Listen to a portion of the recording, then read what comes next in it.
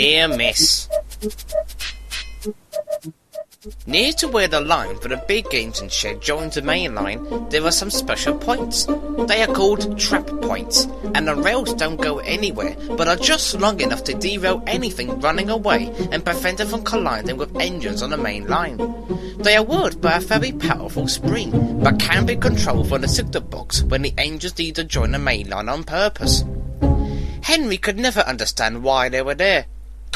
Useless things, he grumbled. They can take them away as soon as they like. Run away, indeed. What should we want to run away from our nice warm shed? Tell me that.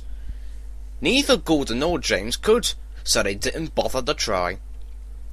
One night, Henry was alone in the shed. This was unusual, but Gordon was not due back until early in the morning, and James had been delayed by the other railway.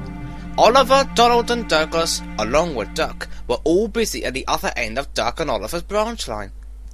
It was a cold night, and Henry felt lonely. He was glad when a firelighter came earlier than usual. Gratefully, Henry felt warmth spread through his boiler. He was drowsy and comfortable. Running away, he thought to himself as he dozed. It'd be daft enough to do that on a cold morning like this. Suddenly he awoke. Someone was climbing the steps to his cab. It was the firelighter, who thought it would be fun, while no one was about, to drive an engine.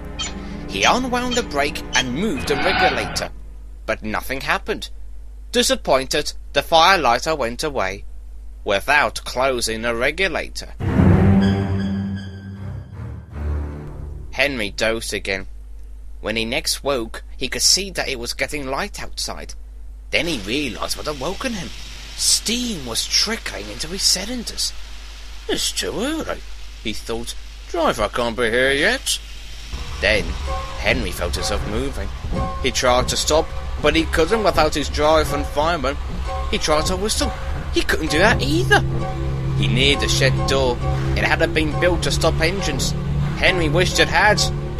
Ouch! He exclaimed as he demolished it. It was cold and frosty outside. Help! Henry thought as he rumbled along. I don't like this. But there was nothing he could do about it. Then he remembered the main line. Horrors! He thought. I hope nothing's coming. A green signal light and the sound of an engine approaching told him that something was coming. Help! Wailed Henry again. He shut his eyes and waited for the crash. Just then, his front wheel slid to one side. Soon, his driving wheels left the rails too, and Henry stopped, leaning a little to one side. He was just a few inches clear of Gordon's coaches, as, of a whistle, a rattle and a roar, the big blue engine thundered by.